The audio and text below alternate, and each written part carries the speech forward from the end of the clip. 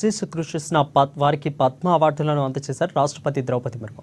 తెలుగు రాష్ట్రాల నుంచి వైద్య విభాగంలో పద్మ విభూషణ్ పురస్కారాలు ఎంపికైన డాక్టర్ దువ్వూరి నాగేశ్వరరెడ్డి, కళారంగంలో పద్మభూషణ్కు ఎంపికైన సినీ నటుడు బాలకృష్ణ, పద్మశ్రీకి ఎంపికైన మాడుగుల నాగఫణి శర్మ రాష్ట్రపతి చేతుల మీదుగా ఈ విశిష్ట పురస్కారాలను అందుకున్నారు.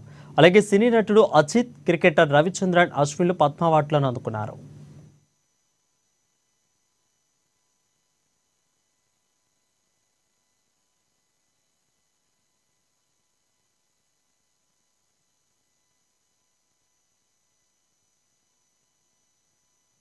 ఈ కార్యక్రమంలో ఉపరాష్ట్రపతి జగదీప్ ధన్కర్, ప్రధాని నరేంద్ర మోడీ, కేంద్ర హోంమంత్రి అమిత్ షా, కేంద్ర మంత్రులు కిషన్ రెడ్డి, రామ్మోహన్ నాయుడు, శివరాజ్ సింగ్ చౌహాన్, జితేంద్ర సింగ్లతో పాటు ఏపీ మంత్రి నారా లోకేష్, ఆయన సతీమణి బ్రాహ్మణి, పలువురు ప్రముఖులు, ఉన్నతాధికారులు పాల్గొన్నారు.